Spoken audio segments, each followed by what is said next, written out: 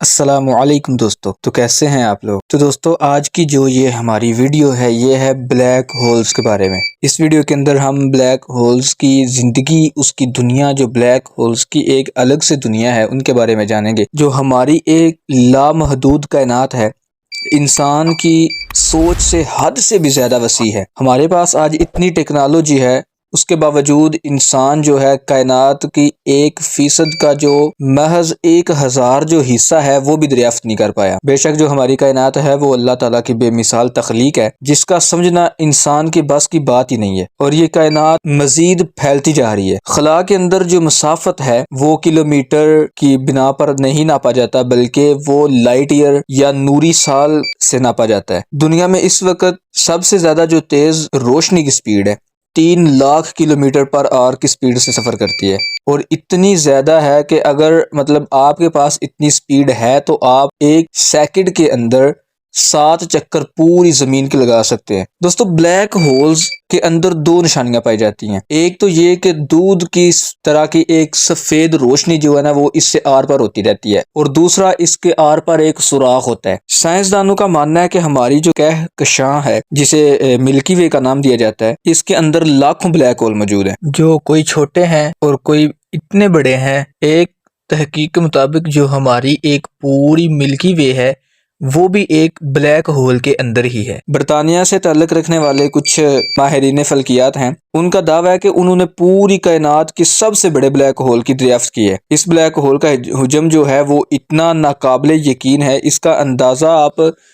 اس بات سے لگا سکتے ہیں کہ جو سورج ہے وہ ہماری زمین سے 109 گنا بڑا ہے، اور جو یہ انہوں نے بلیک ہول دریافت کیا ہے اس کے بارے میں وہ گمان کرتے ہیں کہ یہ سورج سے بھی 30 ارب گنا بڑا ہے۔ سائنسدان جو ہیں وہ اس نتیجے تک پہنچے ہیں کہ جو بلیک ہول ہے وہ ایک کائنات سے دوسری کائنات تک جانے کا راستہ ہے، کیونکہ کائنات ایک نہیں ہے بلکہ ایک ہی وقت میں بہت ساری ہیں، جس کا ذکر قرآن پاک میں بھی ہے، جو آگے ہم جا کے ذکر کریں گے انشاءاللہ اس کا۔ اگر ان سے گزرنا ہے، ہمیں بلیک ہول کے اندر سے ہمیں اگر گزرنا ہو تو ہمیں جو ہے وہ روشنی کی سپیڈ سے سفر کرنا پڑے گا، جو کہ ممکن ہی نہیں ہے، ان تک ہم رسائی حاصل کر ہی نہیں سکتے، کیونکہ سائنسدانوں کے مطابق ہر وہ چیز بلیک ہول بن سکتی ہے جو ماس رکھتی ہے۔ اگر زمین کو بلیک ہول بننا ہے تو اسے ہمیں اتنا چھوٹا کرنا پڑے گا دبا دبا کے کہ جو گولف کی بال ہے اس کے جتنا اس کا سائز ہو جائے، اور اگر اسی طرح سورج کو بلیک ہول کے اندر ہمیں بدلنا ہو تو سورج کو اتنا چھوٹا کرنا پڑے گا کہ اس کا جو سائز ہے وہ صرف 3 کلومیٹر تک بن جائے، اور اگر انسان کو بلیک ہول میں تبدیل ہونا ہو تو خود کو اتنا چھوٹا کرنا پڑے گا کہ ریت کے ذرے سے بھی خود کو چھوٹا کرنا پڑے گا، اسی طرح وہ بلیک ہول بن سکتا ہے، اور اسی طرح وہ لائٹ کی سپیڈ سے سفر کر سکتا ہے، اس لیے ہماری رسائی ان تک ممکن نہیں ہے۔ آئیے اب قرآن پاک کی روشنی میں جو بلیک ہولز کا تصور ہے وہ بیان کرنے کی کوشش کرتے ہیں، کیونکہ جب قرآن پاک نازل ہوا آج سے 1400 سال پہلے، تب کوئی ٹیکنالوجی نہیں تھی، کسی نے جو ہے وہ بلیک ہولز کو دیکھا نہیں تھا، کسی بھی طرح، کسی بھی پکچر میں، کسی بھی صورت میں نہیں دیکھا تھا۔ تو اللہ تعالیٰ بلیک ہولز کے بارے میں کیا فرماتے ہیں قرآن پاک میں وہ بیان کرتے ہیں۔ عربی میں دوستو جو راستے کو طریق کہتے ہیں، اسی سے طریق سے ہی تاریک نکلا ہے، اور قرآن پاک کے اندر اسی لفظ سے ماخوذ ایک سورت ہے جس کا نام ہے طارق۔ اس کے اندر اللہ تعالیٰ فرماتے ہیں کہ آسمان اور طارق کی قسم، تمہیں کیا پتا کہ طارق کیا ہے؟ یہ ستارہ ہے جس کا نام ثاقب ہے۔ ادھر سے ایک بات بتاتا چلوں کہ دوستو ثاقب عربی زبان کے اندر آر پار سوراخ کو بھی کہتے ہیں، ایک اور اس کے 2 معنی ہیں، ایک آر پار سوراخ کو کہتے ہیں، اور دوسرا دودھ کی سی جو دھار سی روشنی ہے سفید، اس کو بھی کہتے ہیں۔ اسی سے پتہ چلتا ہے کہ جو ستارہ اللہ تعالیٰ نے ذکر کیا ہے وہی ہے جس کو آج کی سائنسدان بلیک ہول کہتے ہیں۔ اسی طرح سورۃ واقعہ میں بھی اللہ تعالیٰ فرماتا ہے کہ میں قسم کھاتا ہوں ستاروں کے ڈوبنے کی جگہ کہ اگر تم جان سکتے تو یہ بہت بڑی قسم ہے۔ تو دوستو خلا کے اندر بلیک ہولز جو ہیں وہی ستاروں کے ڈوبنے کی جگہ ہے، کیونکہ جو بلیک ہول ہیں وہ بنتے ہی اس طرح ہیں کہ جب ایک ستارہ اس کی ایک مدت جو ہے وہ پوری ہو جاتی ہے، کیونکہ اللہ تعالیٰ کی ہر بنائی ہوئی چیز کو ایک ٹائم جو ہے نا وہ ختم ہونا ہے، تو ستارے جب اپنی جو ہے وہ زندگی پوری کر لیتے ہیں، جب ان کو مرنا ہوتا ہے، جب ان کو ختم ہونا ہوتا ہے، تو ان کا جو حجم ہے وہ اتنا بڑا ہو جاتا ہے،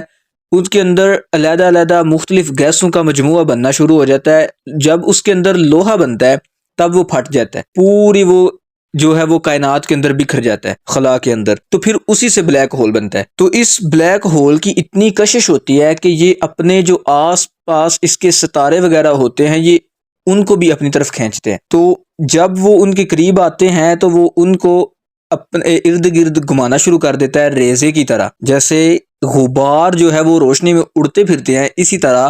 جو بلیک ہول ہیں، جو ستارے ہیں، وہ اس کے ارد گرد گھومتے ہیں ایک ذرے کی طرح۔ تو ایک وقت آتا ہے جب وہ ان کو اپنے اندر جو ہے وہ لے جاتا ہے، کیونکہ جب وہ ان کو اپنے اندر لے جاتا ہے تو اس کا جو سائز ہے وہ اور زیادہ بڑھتا جاتا ہے، بالکل اسی طرح جیسے انسانی بچہ خوراک کے ذریعے بڑا ہوتا ہے، اسی طرح جو بلیک ہولز ہیں وہ ان ستاروں کو کھا کر ایسا ہی سمجھ لیں کہ جیسے ان کی خوراک ہے، ان کا جو حجم ہے وہ اور زیادہ بڑا ہوتا جاتا ہے۔ اگر ہمیں ان کے اندر ٹریول کرنا ہو تو اس کے لیے دو طریقے ہیں، ایک تو یا ہمیں روشنی کی سپیڈ سے سفر کرنا پڑے گا، نمبر 2 پر ہے یا پھر ہمیں جو بجلی ہے اس کی سپیڈ سے سفر کرنا پڑے گا۔ تو عربی کے اندر بجلی کو برق کہتے ہیں۔ جب اللہ تعالیٰ نے نبی پاک صلی اللہ تعالی علیہ وآلہ وسلم کو معراج کے لیے بلایا تو اسی لفظ سے جو ماخوذ کیا گیا ایک جانور ہے جس کا نام براق ہے، اس کو